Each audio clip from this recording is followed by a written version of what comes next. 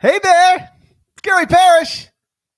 It's still Wednesday, April 20th, 2022. Bruh.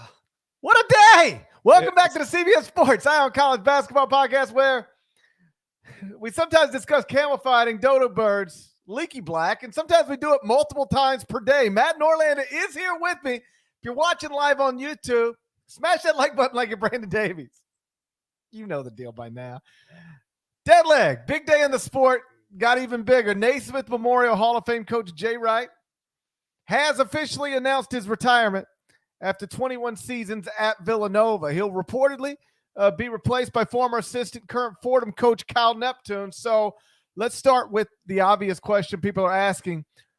What exactly does this mean for the future of Fordham basketball? I knew you'd go there, man. We're gonna lead with Fordham. Lead with the Rams. We'll start in 27 minutes. We'll start with Fordham. We'll get a word from our sponsors.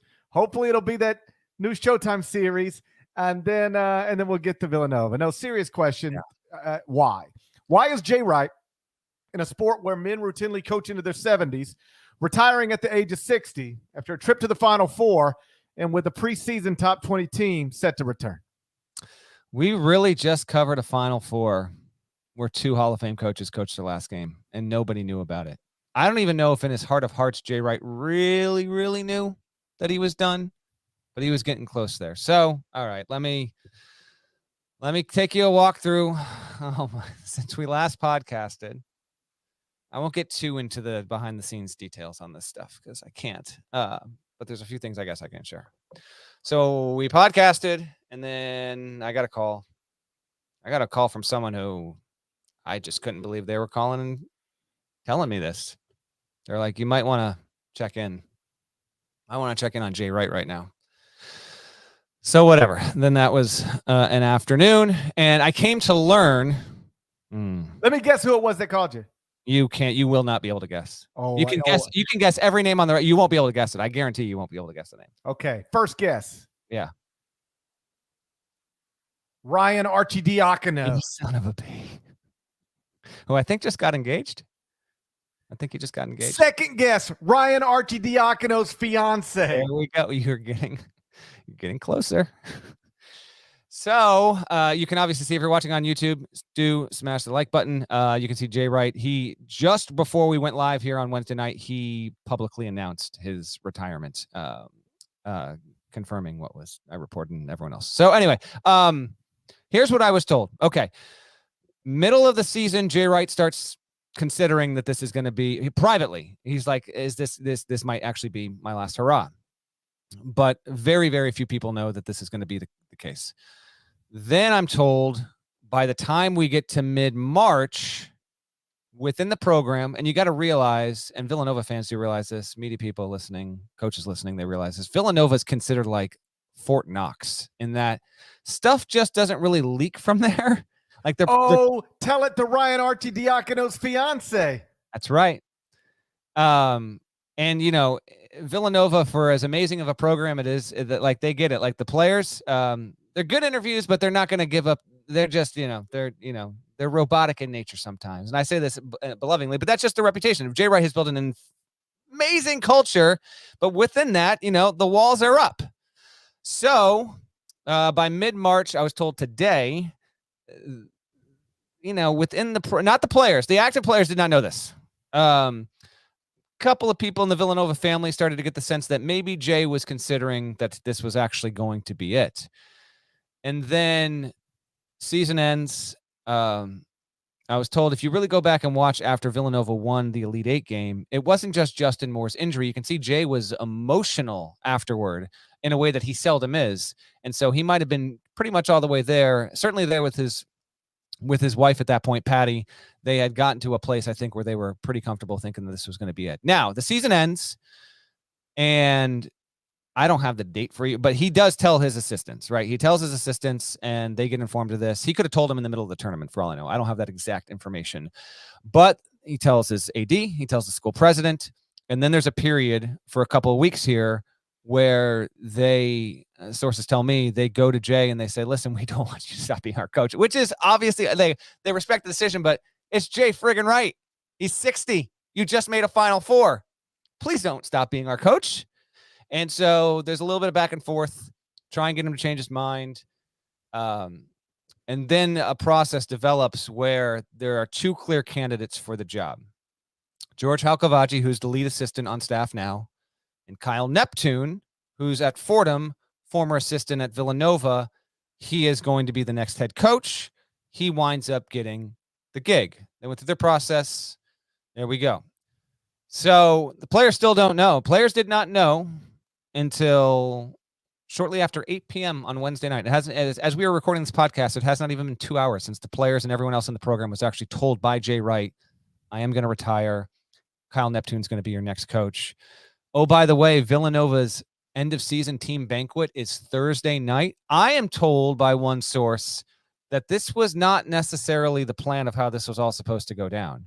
In fact, things just started to rumble a little too much in the past 24 hours, where it was like a few former players, maybe even a guy or two that's in the NBA, started to really know the deal. And some conversation outside the walls of that facility started to kind of get out. Jay Wright was trying to get this message across to the players that were being recruited to come into the program. And he accurately sensed that this might actually wind up breaking in a way where he would not be in a position to be able to meet with his team in a quick fashion and tell them the news. So he called a team meeting. And at that point, I was told by a source, there's an impromptu meeting that's going to happen here. And who's to say? Like, Jay Wright maintains the option.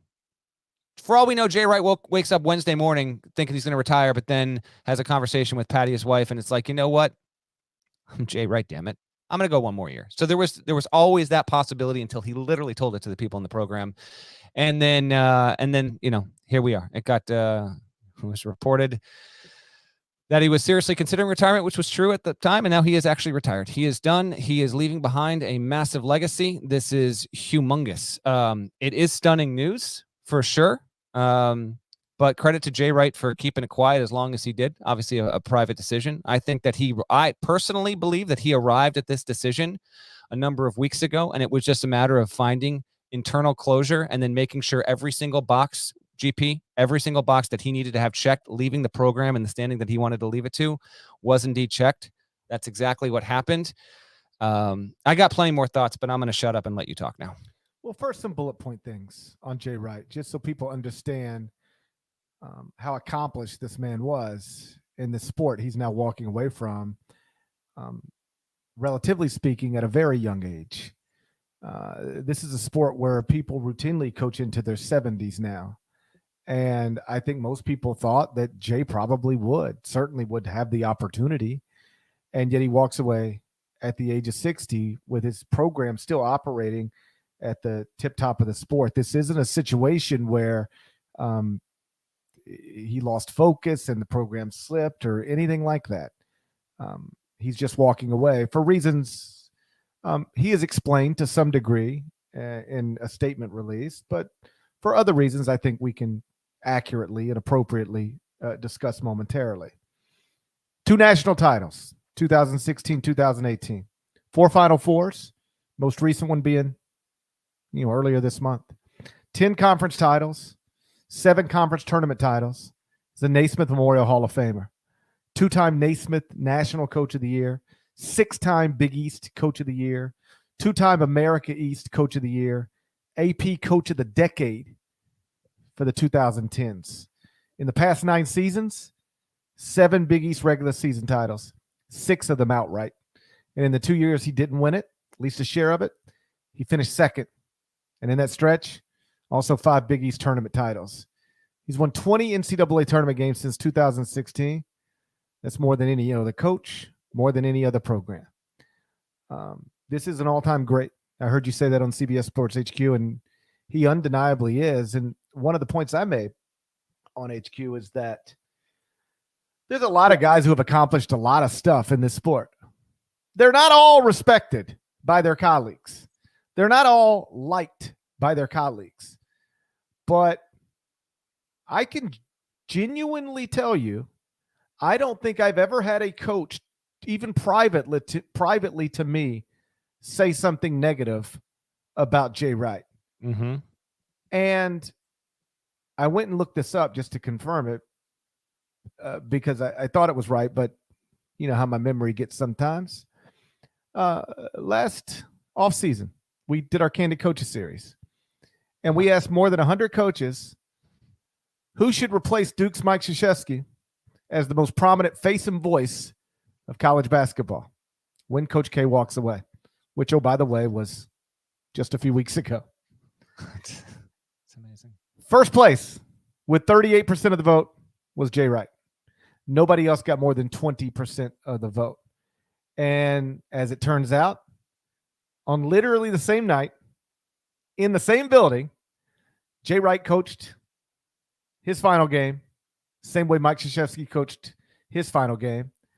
And just a few weeks after Coach K officially retired, Jay Wright also retires. And yes, I'm surprised by it.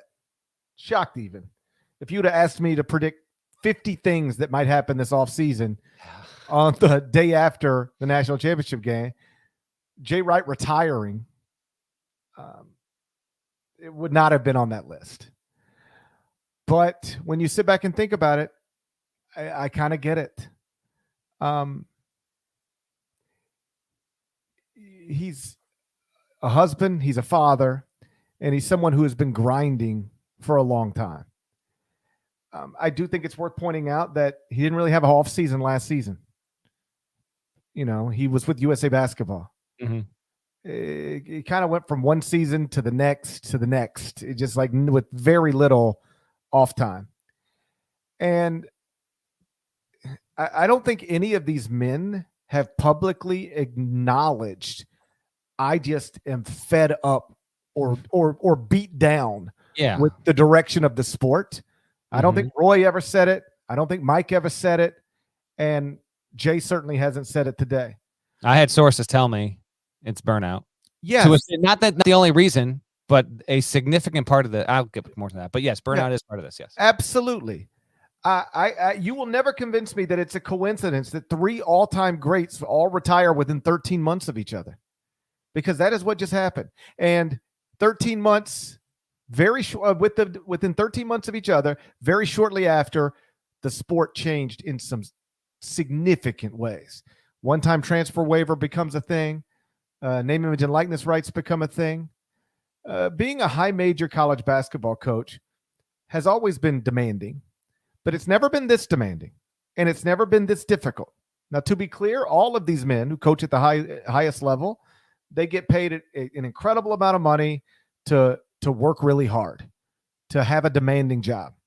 But that doesn't mean it's not a demanding job. I don't want to say it's 365 days a year now, but it's something close to that. I've always thought it was interesting to contrast it to life as an NBA head coach. You realize when your season's over as an NBA head coach, with few exceptions, you can disappear for weeks and it just doesn't really matter. You've got a front office handling your personnel decisions. You've got a front office working out draft prospects. They might want your input. They might not. But like, you can really have some downtime. And even during the season, you can really have some downtime. I remember talking to Brad Stevens in his first year as coach of the Boston Celtics. And the Celtics came through Memphis and played the Grizzlies. I went to the game and I talked to Brad and I was like, so how you enjoying it? He said, well, the losing's killing me. Like, because it was a total rebuild. He lost a lot initially. He said, I've never lost this much. It's driving me crazy. He said, but man, all I do is watch film, coach my team. He's like, game's over, I go straight home. I don't have to spend an hour with a recruit and his family. I don't have to text message 10 people. You really do just coach your team and watch film, and that's the job. And you contrast it with what being a college head coach is. I mean, during the season, it's constant recruiting, Zoom meetings, hosting recruits, text messaging, phone calls. As soon as the season's over, or even before it's even over these days, you got to re-recruit your roster. The idea that you could ever look at a young person anymore and say, I'm looking forward to coaching you for 4 years is just crazy, because the likelihood of that happening isn't good. You got to re-recruit your players. You got to recruit new players. You don't know what you're building toward because rosters are changing in many cases drastically every single season. Now, Villanova was, less susceptible to this than most for a variety of reasons, but still, the whole thing can become exhausting. And again, just in the past 13 months, we watched Roy Williams say, I don't want to do this anymore. Mike Krzyzewski say, I don't want to do this anymore. The Louisville coach quit and said, I don't want to do this anymore. The Maryland coach quit and said, I don't want to do this anymore. It is a harder job than it's ever been. And for some guys, it's just not that much fun anymore. And if you've made so much money that you can actually walk away and just enjoy your life, I think for a lot of guys, it's very sensible. There's another group of guys at the other end of the spectrum who just need to be in the gym. They just got to coach. They love it. They need it. They can't imagine doing anything else. I imagine that's Jim Boeheim, or it certainly appears to be. He's outlasting everyone. It's unbelievable. It really is. But for some of these guys, like, if I've got enough money to enjoy my life and I don't feel like dealing with all of this stuff I have to deal with, why don't I just enjoy my life? And I guess Jay could have stuck around for another 5 or 7 years and try to win a 3rd national title or even a 4th national. But at what point do you go, I've done it. I've got 2 titles, 4 Final Fours. I've been a National Coach of the Year. I'm in the Hall of Fame. You only spend so many years on this earth. I don't want to do any more years of Zoom calls with 16-year-olds, of phone calls with parents. I want to spend time with my wife, spend time with my children, and not live that life anymore, or at least live a slowed down life relative to the life I've been living. I get it. I'm surprised by it, but I get it. And it doesn't mean, by the way, because every coach, you want to keep. You're going on 10 minutes here. You want to keep going? Yep. All right. It doesn't mean that he'll never coach again. I know he doesn't think he'll ever coach again. I don't think he coaches again. I agree with you. I'm just saying I've heard a lot of people say he's done for good, and I'm like, it's a long list of people: actors, musicians, coaches, all sorts of people who retire and then decide, you know what, I'm missing it a little more than I thought I would. I want to get back in it. I don't think that is in Jay Wright's future. I'm just saying, you can never know for sure if this is actually the end. Although I know Jay believes it is, and I think that it probably is. Power conference coach texted me 30 minutes ago. Hugs, Izzo, Self, Boeheim. Who's next? Who's next? Guess. Like, if you would have asked me that, like, who will just say, you know what, I've had enough? I thought it would be Tom Izzo. Mm-hmm. I can see how. I wrote that. How about this? After Kansas won, I wrote, I'm not predicting what happened. It would not stun me if Bill Self decided to walk away from college basketball. I had the wrong coach. I had the wrong, although anything's possible, I guess. If Popovich, hey, listen, what if Popovich, there's plenty of buzz like that. What if Popovich, it's not unthinkable. So anyway, who knows?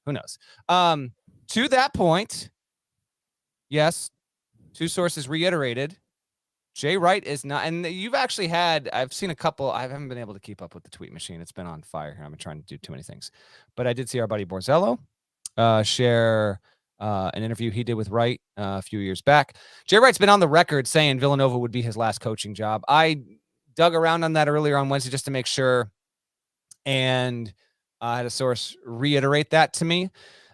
He said after he did the Olympic thing, I'm going to paraphrase because I don't have the quote up exactly in front of me now, but he was basically like, he has said there is no shot, he has no desire, could not possibly coach those players for 82 games in a season. Jay Wright does not want to coach in the NBA.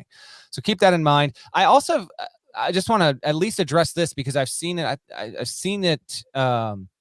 People have mentioned me, and I don't know if it was in the chat here or not. People are wondering, he's 60. Like, is Jay Wright okay? I mean, I'm not his doctor, but I have been given no indication that any of this decision whatsoever is health related. It is mental and physical health related. Again, there's some burnout here. And I mentioned this anecdote on HQ, but when I went and saw Villanova play Providence in the middle of this season, after that game, I was talking with Jay Wright. both on and off the record, about a number of things. And I remember walking away from that conversation thinking, I can't remember the last time Jay Wright was like that long-winded and animated about that many things. Not as long-winded as me. No. He's got nothing on you. Nothing on you. And so it makes more sense now that he's done this. In the moment, I didn't take it to mean anything too, but I did. I remember thinking after we talked about what we talked about, thinking, man, like Jay Wright's got stuff to say, and man, I wish he'd say some of that stuff on the record. But I completely if you told me now that Jay Wright knew that night that this was his last season after what, again, I can't, some of it's off the record. I have to respect that, but I would completely believe that he had made the decision by that point. Completely. I didn't think it in my mind, but now having this as hindsight, I do think that that is certainly possible there. And to your point before, Parrish, let's champion this decision. Okay. There's nothing wrong with people if they choose to want to work into their 70s. If Jim Boeheim wants to coach until he's 94 years old, more power to you. We should embrace this. If you want to have a normal lifestyle, normalize retiring at 60 years old if you have the means and desire to do so. And I think that most people will do this with Jay Wright. I got to also, Parrish, as all this has been like whirlwinding around for the past few hours, this hasn't even sunken in for me. Like Jay Wright's not coaching at Villanova anymore. He's not going to be part of the sport in the way that he has been. It's kind of weird, actually. Like Krzyzewski, we had the farewell tour. We built up to it. I get it. The shock of Roy Williams was there, but there was always for like 5 or 6 years, there was like, Roy's going to retire one of these years. He's going to retire one of these years. And he finally does. Jay Wright, like, man, like this is a ding. It is like the sport's going to be fine. It's going to go on, but it is a new era. Undeniably. No K, no Roy, no Wright. You ready for this? 6 of the 12 most recent national championships are those men. 09 is Roy. You can go back to 05, but then the growth gets wider. 10 and 15 are K. 16 is Wright. 17 is Roy. 18 is Wright. And even in years when they didn't win the title, they also made the Final Four. It's weird, man. The only trivia time in 10 seconds or less. Okay, let's go. Only current active head coaches in the sport with multiple national titles. Who are they? Bill Self and Rick Pitino. Boom! That's a bingo right there. Bill Self and Rick Pitino are the only active coaches now with multiple national titles. Obviously, Hall of Fame coaches.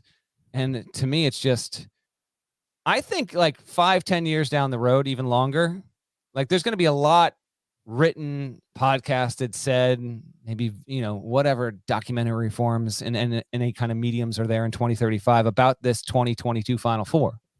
The Duke Carolina angle, Kansas, and whatever happens with this program and Self's career from here on out, the fact that it was Villanova with Jay Wright in the final run for him, the idea that we were all sitting there watching the end of 2 Hall of Fame careers is amazing to me. And yes, you mentioned, I'm glad you brought this up before. Another thing, like Jay Wright retires. I haven't really thought about this. I don't know if he's a top 10 all-time men's college basketball coach. He's in the conversation for top 15, undeniably. But the thing that he'll have, he's the coach of the 2010s. That's his decade. Multiple national championships. Villanova wins 7 out of 9 regular season titles in the Big East. Villanova is able to continue to legitimize the Big East. Not that it needed a ton, but when the Catholic 7 broke off, there was real questions about how viable the league would be big picture going forward. And because Villanova was so great year after year, and in a strange way, it also helped people to kind of knock the Big East down. I get that. But because Villanova got over the hump, made Final Fours, it was no longer the team that was highly seeded and underperforming in the tournament. Jay Wright really did reshape the perception of his coaching career, of what Villanova's program is. It used to be, man, they won that Cinderella title in 85, Big East program. Yeah, they're good. Now that's right. Blue blood, baby. Blue blood. We'll see if they can keep that going, by the way. We'll see if they can keep it going. So he's the coach of the 2010s. Yes, Tony Bennett was amazing in that decade. Mike Krzyzewski won in 2010 and 2015, although I think the 2010s technically start in 2011. So he only had 1. Jay Wright had 2 in that span there. And, although there's plenty of good and healthy competition, it was his decade. And it is weird to think about him not being there. I want to share one more quick story before we get to else. What do you want to get to? 2018, Villanova wins the title. At that point, like when the team wins, there's all sorts of stuff that you got to do and media wise and all this stuff. And I can't remember why it broke down this way, but Jay Wright had done his post-game press conference. Locker rooms were open at this point, and so there's this huge throng. I think he won the title. Maybe he won the semifinal. I think it was the title, though. And we're in San Antonio, and so there's this huge throng. Like the locker room entrance is here, and then it's a whole long locker room, and there's another exit. And I can't remember why I was walking where I was walking, but everyone is over by the entrance to interview the players. And I'm walking this way for whatever reason. And Jay Wright steps out, and it's just Jay Wright. It's just Jay Wright. He's standing there. He looks exhausted, and he leans up against the wall. He doused. He's all, celebratory, water bottles, all that kind of stuff. And he's just sitting there, and it's just me and him for about 30 seconds, maybe 20 seconds. No one realizes because he's probably 20 meters away from the throng who aren't facing him. So we're just talking, and he says something along the lines of, "This never gets old, and it doesn't even feel like real to me right now. But man, oh man, I'm so tired. I'm so happy, but so tired." And then I go, "That's it's amazing. This team." I remember saying something like, "Jay, this is like one of the all-time teams," which I still believe. Go look up that 2018 Villanova team. It hasn't been that long. They killed everybody. I think that's one of the 3 or 4 best teams in the past 15 years in the sport. And it was funny. I go, "They're going to see you any second now." He goes, I know. Let's just enjoy this." And sure enough, and like Good Morning America's there, and then everyone sees him, and it's just funny to see this whole army of press. They got it. There's the coach. What are we doing? And boom, boom, boom, boom, boom, boom, boom, boom, boom, boom, boom. And so I'm standing right next to him as they all huddle around him. And it's really the only time in my career where I've really it's literally Jay Wright against the wall. I'm standing right next to him. And then there's this massive, massive semicircle of media, 3, 4, 5 rows deep. And you see all the camera lights, they all flip on. They're all bright. All the microphones are out. The notebooks are out. Everyone's out. And I'm like, man, what must it be like to just kind of go through this, experience this on a semi-regular basis there? And he held court as he always does, amazingly so. And I kind of slowly but surely, I had gotten what I needed to get, and I slinked out of there to let him do it. And it was just, I remember him just being like, "I'm going to enjoy the fact that for the next 27 seconds, I have quiet. I happened to be there. I didn't want to take too much, but it was really cool. I remember that scene because it was like you and Jay alone, and then Tony Bennett ran up and pushed you out of the way. Yes. That's right. There we go. Does it feel real to you that he's done? I don't know. I just haven't really. What do you mean? You're acting like does it feel real that like my? I don't know. Does this not have a certain shock value to it where it doesn't feel like it's sunk in yet? Nada. Yes or no? It hasn't sunk in for me yet. Honestly, it hasn't sunk in. It's wild that it happened. I didn't think we would be doing 2 emergency episodes today. I'll put it that way. Like, it's surprising, but like when this isn't the type of thing I need to sink in. Oh, okay. You're just ready to. Yeah, I was just trying to watch a Mets game. I just wanted to come home and watch a Mets game. I didn't want to do all this other stuff. No. In all seriousness, this is the type of thing that I cannot believe that Jay Wright retired. It doesn't even seem real. Like for me, that's reduced. That's limited to like, I can't believe Kobe Bryant just died in a helicopter crash. Like that's the one that I was like. Still, to me, sometimes I'll catch myself. I'll be like, he is not with us, man. That is just insane to me. That's the type of thing that I need to sink in. Coaches retiring are just all right. Fair enough. It's surprising. And I'm like, oh wow. And then it's like, okay. You think about it, you process it, and now you just hope that he enjoys retirement in whatever form that presents itself. Obviously, if he wants to work in television, forget about it. Are you kidding me? Who would not hire him? Exactly. So like if that's something he wants to do, then he'll be able to do it. I'm certain at his choice of a network. And beyond that, like, I've gotten to know Jay Okay. Joe? Okay. Yeah, really, you really have gotten to know him, I guess. Kind of know Joe, On a right? level I wasn't aware of. His real name is Joe. Got to know Joe, right?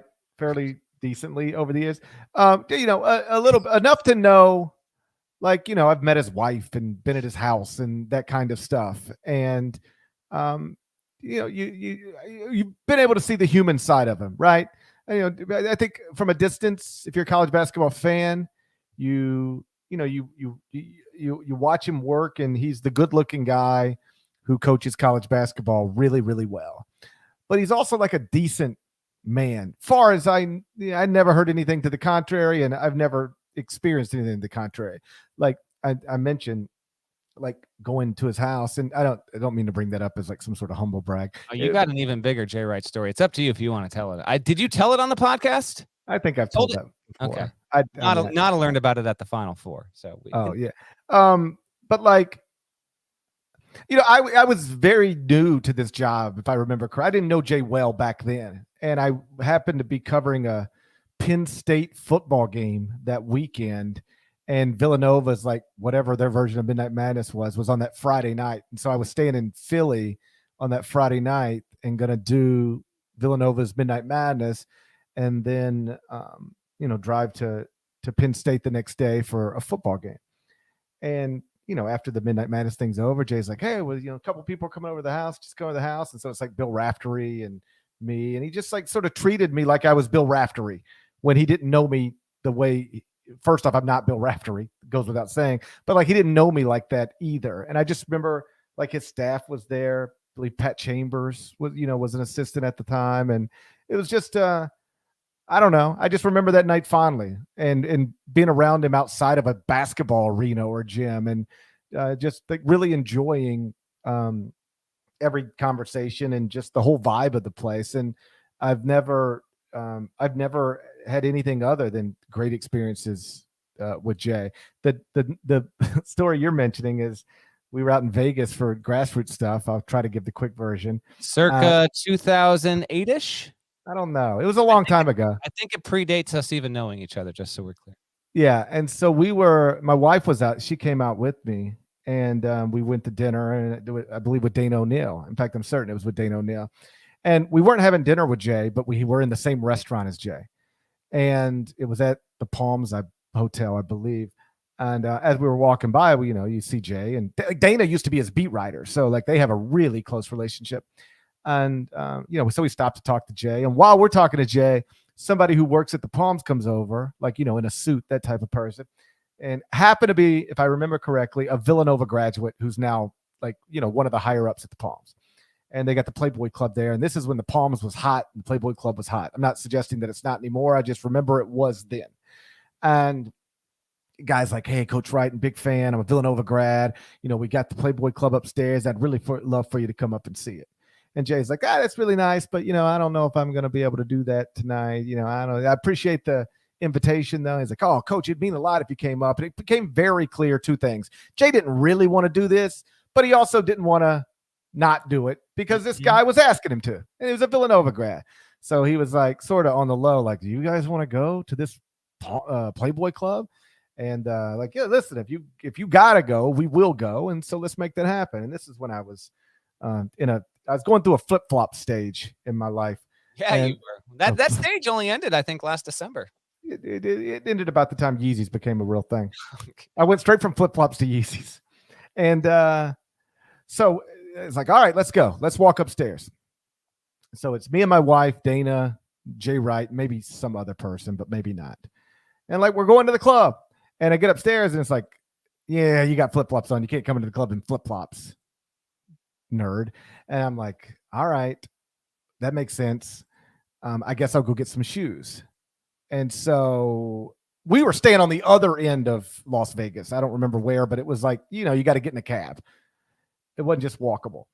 And I said, all right, I guess I'll go get some shoes and come back. I was like, Kelly, you want to go with me? And she's like, yeah. And Jay's like, just stay here. It's fine. Gary, you just meet us back here when you get back here. I said, all right. So I turned around. So they went into the club. I turned around, went downstairs to get into a cab. And as I was taking my cab ride from the Palms back to my hotel, I was like, I just left my wife with Jay Wright at the club. Yeah, you did. This is probably over for me. You know, Jay Wright and Joe Wright. It was just trouble. this is probably it for me. Like, what kind of idiot leaves his wife with Jay Wright? Not to imply that Jay Wright would do anything inappropriate, but like, he's tall, great looking, incredibly successful. Like, he's everything I'm not. You know, Right. I just left my wife with somebody who's everything that I'm not. And so I went and got my shoes. Certain that by the time I got back, my wife would realize there's more out there. You know, there's more, you know, that she could do. There's just more out there. There's more of them than there are of you. That's the problem. That's what I thought she would realize for sure. There's more of them than there are of you. And so I was like, you know, I went and got my shoes and I was like, well, that's, you know, this is it. I made a cardinal sin. I let my wife be around Jay Wright and she's going to see how nice he is and smart he is and successful and all that stuff. And then she's going to look at me and be like, why am I with you when there are people like Jay Wright in this world? I was wrong. So I was going through that over and over again. And turns out I just got to the club and we just had a good time. Nothing crazy. It wasn't like, and then we did shots off the waitresses. Nothing. It was just, we sit there, we had a few drinks, and it was a good time. My point is this. My wife at the time had no context for who Jay Wright was. Yeah. But every time, Which makes it great. Yeah, like she doesn't know any, you know, but you know, randomly throughout every season over the past however many years, she'll walk by the TV and a game will be on and she'll be like, oh, there's Jay. He's such a nice guy. Oh, that's Jay. How's his team this season? I'm like, they're good. They're always good. They're really good. And even this past year when he made the Final Four, like the one comment my wife had on the whole deal wasn't like, isn't it cool Mike Krzyzewski's in the Final Four in his final year? Or, oh, you looking forward to this Duke, North Carolina thing? She was like, I'm glad Jay's back in the Final Four. He deserves that. So I don't know. I like him. And I think everybody does. And the sport is, yes, like you said, it'll be fine. But like he was supposed to be the face and voice of this sport for maybe the next decade. And now somebody else is going to have to fill that void. We are going to have to, we got to re-ask the kind of coaches question, Shire, Hubert. We got to re-ask that this year. We got to ask this question again. Jay Wright's now. Who's going to be the face and voice of the sport? Tony was number 2. Who was number 2? Izzo? Tom Izzo was number 2 at 20%. Tony was in there. I just don't know where. But to circle back to what we were talking about earlier, if you would have said Hall of Fame coach that just abruptly retires because he's just tired of it, I would have probably said Tom Izzo. Because like Tom, as I'm sure you know, like all of these changes in college basketball, I can just see Tom Izzo. Like I can see Tom Izzo going for 10 more years, but I can also see him one day being like, "That's it." That's yes, I can see that. Like if Max Christie entered the transfer portal, hey, he'd just be like, I need a GP. I was right. He'd just be like, you know what? You know what? I've had enough. This is outrageous. There was reporting that, you know, at least part of this thing that pushed Roy over the edge was Walker Kessler going into the transfer portal. I know. And he's like, you know what? I've had enough of this. But you know what? Roy's got to be sitting at home being like, I was wrong. Because Walker Kessler did himself well there. That's part of it as well. The story, our news are up there, that detail. Like it is a combination of, it's not that Jay Wright's not anti-transfer portal. He's not anti-NIL. It's all of this stuff and what it means to be an elite level power conference coach in 2022. Everything that comes with it can wear on you. Yeah. You've been doing it. Jay Wright's been doing this, been a head coach for well over 2 decades, 21 alone at Villanova and Hofstra before that. That's also a major factor with all this. Couple things for you before we get out of here. One, Kay and Wright retire within a few weeks of each other in very different ways. They do have somewhat similar trajectories, somewhat. You know, Jay Wright has spoken about how both at Hofstra and then early days at Villanova, like didn't think he was going to last. Same thing with Kay, first 3 years at Duke. Thought he was going to get fired. AD wouldn't fire him. Then it all changes. And then look what happens to Jay Wright, which is a lesson to be learned. It won't be learned, but it is a lesson to be learned for athletic directors at power conference schools. You hire a guy, it doesn't go right in year 1, maybe not year 2, maybe not even year 3. Doesn't mean you got the right guy, but you might not have gotten the wrong guy. Jay Wright, when he started, was 5th, tied for 3rd, and 11th at Villanova, never won more than 20 games. In his 4th season, he got to 24-8, took him to the Sweet 16, and that commenced a run where he went Sweet 16, Elite 8, first round, Sweet 16, Final 4, second round, first round, and then we got into that cycle where Villanova was good enough to get to the tournament but wasn't breaking through, and then that promptly got obliterated with Chris Jenkins' shot, which takes me to my next point. Jay Wright has the greatest coaching non-celebration in history of American sports. Terrific. I've watched it like 5 times tonight. It's just amazing. I don't even need to. We're not going to cue it up here on the pod feed or anything like that on the video on YouTube. But you can already see it in your mind. It's just an all and apps. And my favorite, you know, what my favorite part is. I bet you know my favorite part of that. My favorite part's what is it? Bang. No, my favorite part is Tracy Wolfson behind as the camera. Oh yeah. I know Trace. I see that. I saw her tonight. Yes, she's great. She's got this amazing reaction. It's just diametrically opposing reactions. It's very, very cool. Question for you. Should we have seen this coming when Jay Wright continuously and repeatedly said, I'm not going back to suits? Was his refusal to be the sartorial champion in all of college sports, were we blind to it, Parrish? Should we have seen this coming? Did the media collectively fail the American public by not putting 2 and 2 together? Perhaps it was the first step towards retirement. Like, I don't want to wear suits anymore, so I'm not going to. And then it was like am forever. I being unreasonable? Maybe there's a little bit of that. Maybe a little. I think we're stretching, but let's have fun with it and stretch. Forever, part of being a college basketball coach, part of the job was putting on a nice suit to work. And then this dumb pandemic, dumbest one of my lifetime, comes along, and it becomes normalized to not wear suits. And then he just decides, you know what? I got used to not having to put a suit on, and I kind of like it. I'm not going to do it anymore. And that's one step into retirement. How many people retire and suddenly they've been putting on suits their whole life and they never have to put on a suit again? Jay Wright was in a profession where he got to take the suit off but still work. And he said, you know what? I'm enjoying not putting that suit on so much. How much more would I enjoy not doing the rest of this stuff? Let's find out. I'm retired. Maybe there's something to it. Maybe. I think Jay Wright. And one thing, because you touched on this, I think, because this can get twisted around. I don't want to speak for Jay or Tom or anybody else, but there are a lot of coaches who will tell you this privately. They don't touch it publicly too often, but privately they'll tell you, I'm glad players are making money. They deserve it. Yeah. I think Jay was even quoted at one point this season saying, it got a little uncomfortable for me. I hope it was him that said this. It got a little uncomfortable for me making so much money while the players were not. And so what these coaches will tell you, some of them, is I'm glad players are making money. They deserve it. It's about time. And I'm glad players can transfer without sitting out. They deserve it. It's what's fair. But boy, it makes things chaotic, and it is hard to deal with, and there's a lot going on all the time. Both of those things can be true. I'm glad the student athletes are allowed to do these things, but it has made my job a pain in the ass, and I don't enjoy doing it anymore. Same thing with social media.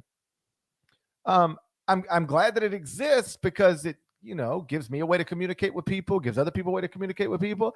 And I don't think Jay was really susceptible to this too much because he's Jay Wright. Like, if you're complaining about Jay Wright, something's wrong with you?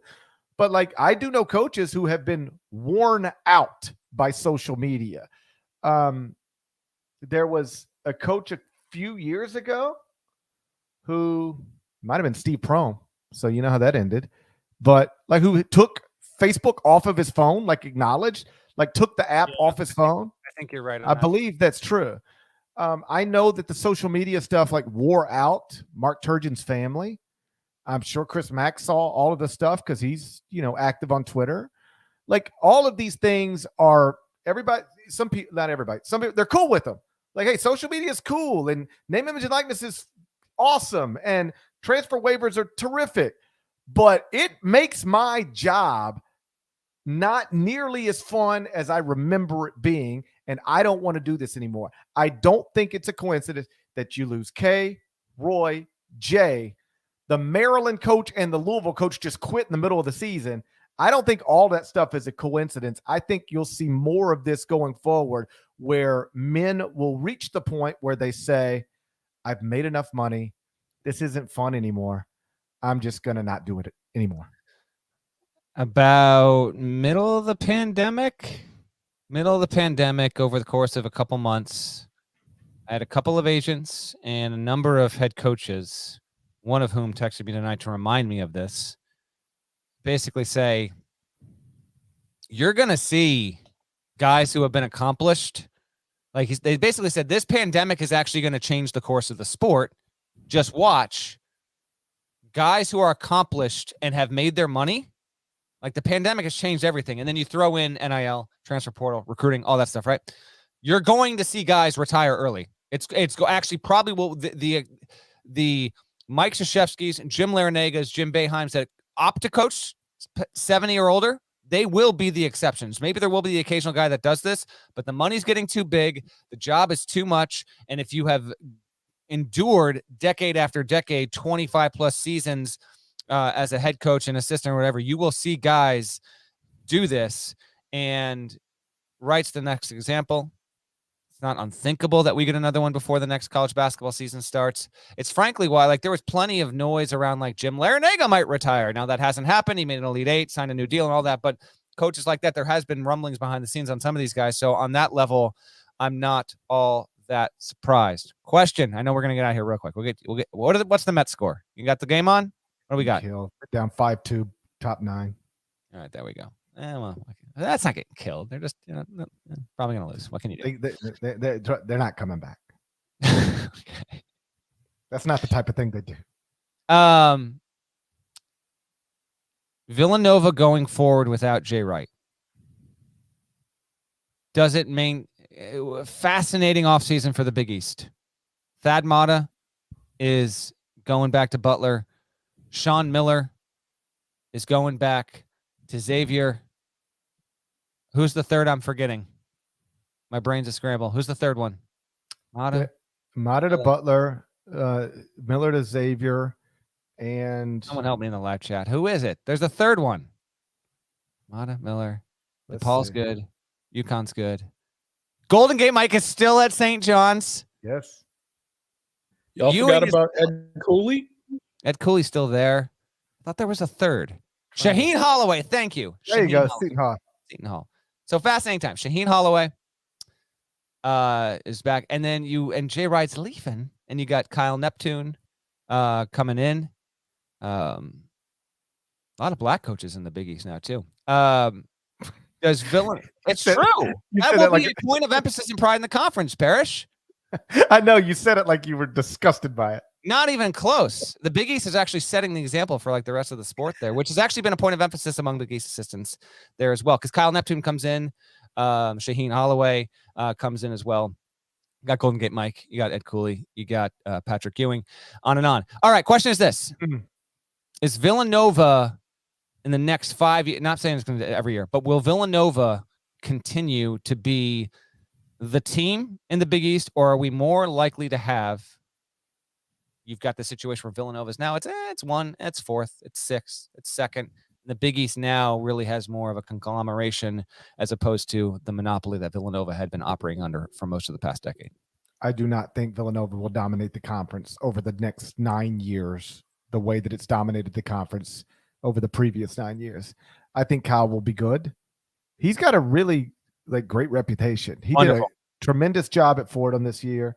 Sort of funny. It's a bit of an inside joke, but we were on set earlier this season, and so I think we were doing an A10 tip-off show or something, and Brent Stover was hosting, and Brent was like, and Kyle Neptune at Fordham, what can you say? He's done one of the best jobs in college basketball this season. And we went to break, and I was like, listen, he's done a good job relative to Fordham, but he's not going to be a top 5 candidate for National Coach of the Year or 10 or even 20 type thing. And so we started joking like, Stover, just read the prompter. Like stop trying to give away Coach of the Year awards to Kyle Neptune. Just stay in the prompter. And so you can imagine the text message I got from Stove earlier tonight. He's like, I tried to tell you Kyle Neptune was one of the greatest coaches in the sport. He's now the head coach at Villanova. And that is official, by the way, now. Yeah. I think he'll do well. But I mean, maybe I just put it this way. I'm not sure Jay Wright would have dominated the Big East over the next 9 years the way he dominated it over the No, maybe, I'm not even saying on that level, but will Villanova 5 years from now still be the best program in the conference? Yes or no? I think it's possible. It's definitely possible. I think it's possible, but he's got a lot of competition. Well, how about this? I just take the field. You got to take the field because UConn can still come back with Hurley. Sean Miller at Xavier could be a monster. Thad Matta has the best winning percentage of any coach in the league at this point. Golden Gate Mike speaks for himself, and Ed Cooley's coming off a spot where he's got Providence operating at a higher level than ever. Big East about to get really, really interesting, but I actually think that Kyle will be capable of, if we look up in 2027, capable that Villanova will scan it and say, you know what, this is still the best program in the league. I would think. Yeah, I wouldn't rule it out, but if you told me Villanova the field, I take the field just because I think there's a lot of good programs and a lot of really good coaches in that league now.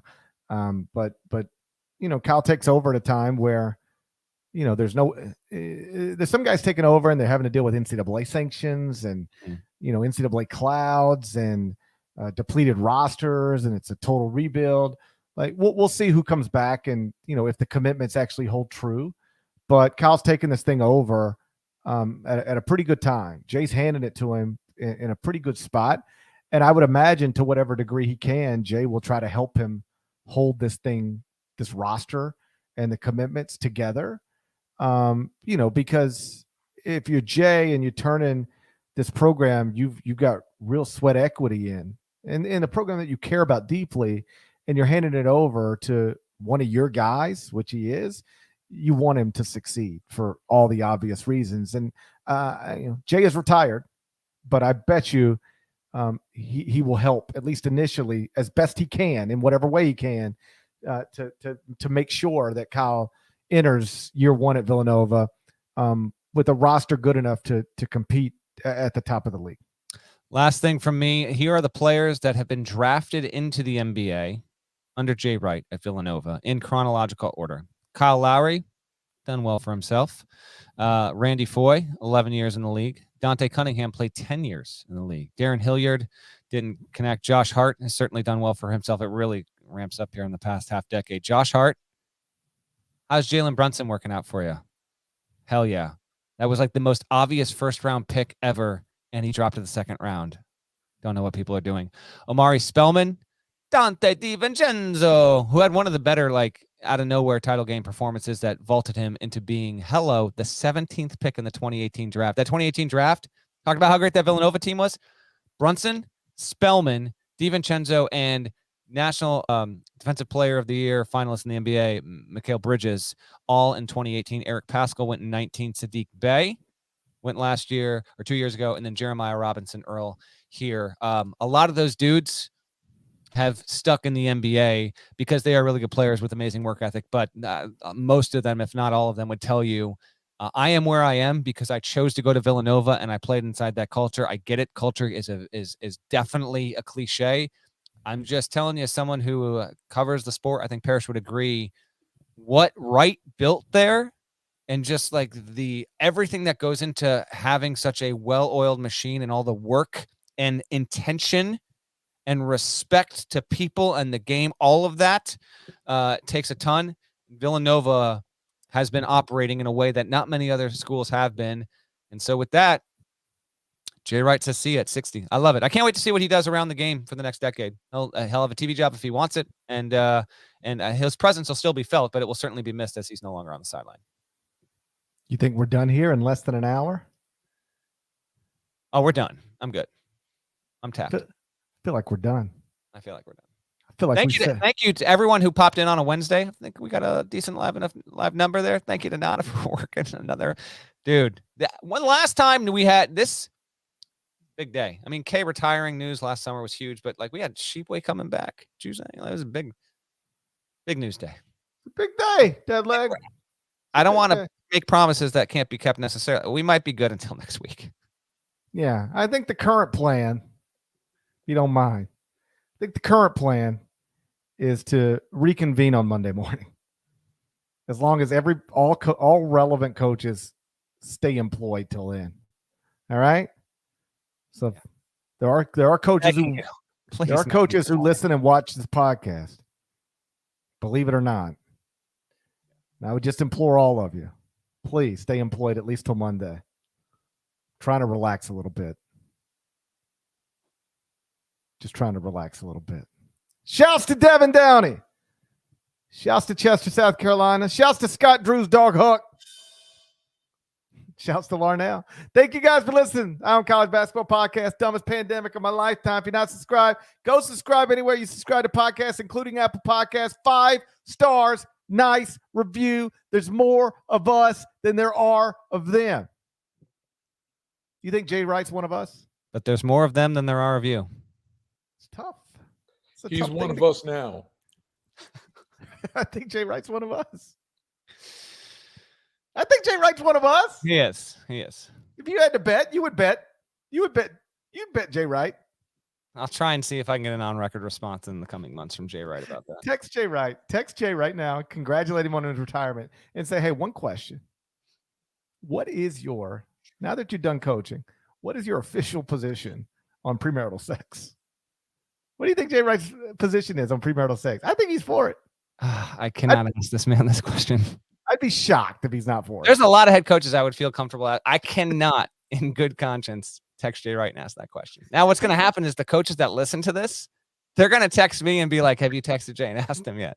You got to, before Monday, you got to text Jay, ask him his stance on premarital sex, and then we'll open Monday's show with that. We'll see. I'll see if I can make it happen. We'll talk to you again Monday morning. Till then, take care.